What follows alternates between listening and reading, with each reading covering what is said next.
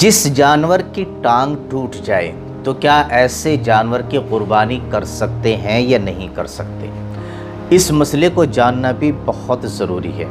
हमारे बहुत सारे भाई कुर्बानी के मसाइल न जानने की वजह से अपनी कुर्बानियाँ ख़राब कर लेते हैं। इसलिए बकरीद से पहले ही कुर्बानी के जो ज़रूरी मसाइल हैं आप उनको अच्छी तरीके से जान लें।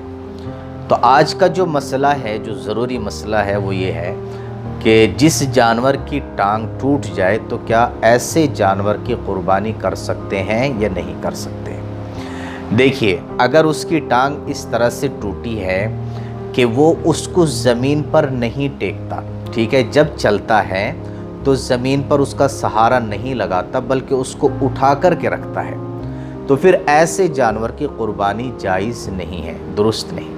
लेकिन अगर वो चलते हुए अपने उस पैर को, अपनी उस टांग को ज़मीन पर टेकता है और उस पर थोड़ा बहुत सहारा लगाता है चलते हुए, तो फिर ऐसे जानवर की कुर्बानी जायज़ है, दुरुस्त है। अब इसमें चाहे छोटा जानवर हो, बकरा बकरी, या बड़ा जानवर हो, सबका सेम मसला है। अगर टांग को वो ज़मीन पर टेक करके सहारा थोड़ा बहुत लगा करके चल रहा है तो ऐसे जानवर की कुर्बानी आप कर सकते हैं। लेकिन अगर वो टांग को उठाए रखता है और ज़रा सा भी सहारा उस पर नहीं लेता, उसको ज़मीन पर नहीं रखता, तो फिर आप ऐसे जानवर की कुर्बानी नहीं कर सकते।